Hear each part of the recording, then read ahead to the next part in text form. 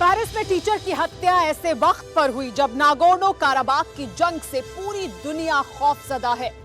ये वक्त वो है जब अजरबैजान और आर्मेनिया के बीच जो जंग चल रही है उसे इस्लाम बनाम ईसाइयत की जंग बताया जा रहा है। इमानुएल मैक्रोन लगातार तुर्की के अजरबैजान और आर्मेनिया के साथ इस जंग में शामिल होने को इस्लामिक कट्टरता के सांचे में फिट करने की कोशिश कर रहे हैं। इसीलिए 16 अक्टूबर के बाद मैक्रोन के तेवर और तीखे हो गए।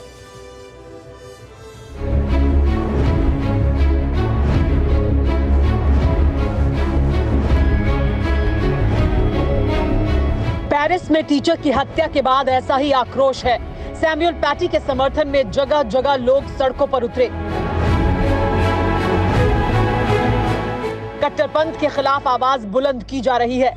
सरकार भी फुल एक्शन में है। बड़ी संख्या में संदिग्ध लोगों को हिरासत में लिया गया है। फ्रांस की जांच एजेंसियों ने ताबड़तोड़ छापेमारी शुरू की। चंद रोज पहले करीब 40 घरों पर छापे मारे गए। सभी छापों में एक बात कॉमन थी, छापेमारी सिर्फ मुसलमानों के घर पर हुई थी। एक मस्जिद को बंद कर दिया गया है, कई और मस्जिदों को बंद करने की तैयारी है। एक मुस्लिम संगठन को बैन कर दिया गया है। सरकार के एक्शन से फ्रांस के मुसलमानों में नाराजगी है। लोग सरकार के फैसले से नाराज हैं। इसे एक तरफा कार्रवाई करार दिया जा रहा है क्योंकि 51 मुस्लिम संगठनों के खिलाफ जांच शुरू कर दी गई है। इनमें से कई बैन भी किए जा सकते हैं। सभी कट्टरपंथी संगठनों पर नजर रखी जा रही है।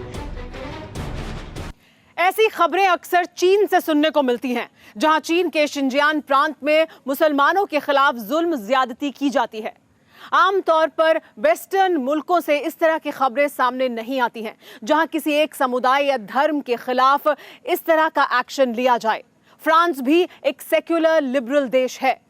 फिर फ्रांस में क्या ऐसा हो रहा है कि वो भी चीन की राह पर चल पड़ा है, या फिर फ्रांस में वाकई इस्लामिक कट्टरवाद इतना बढ़ गया है कि मस्जिदों तक को बंद करने का एक्शन लेना पड़ रहा है।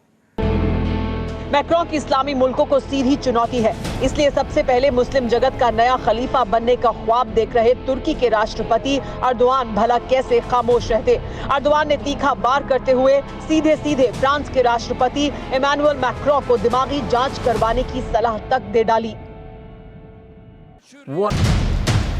मैक्रोन को दिमागी जांच करवाने की सलाह देना फ्रांस को नागवार गुजरा। लिहाजा फ्रांस ने तुर्की से अपने राजदूत को वापस बुला लिया है। नागोर्नो काराबाख का युद्ध और इस युद्ध में आईएसआईएस आतंकियों के शामिल होने की खबर सामने आने के बाद से फ्रांस और तुर्की में तलवारें खिंची हुई हैं।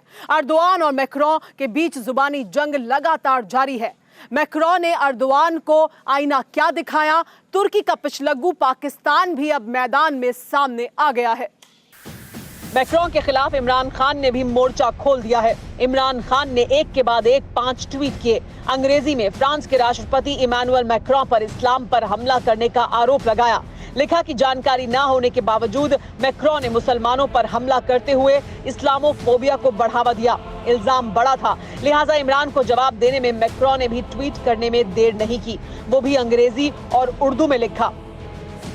हम कभी ऐसा नहीं होने देंगे। हम शांति की भावना में सभी मतभेदों का सम्मान करते हैं।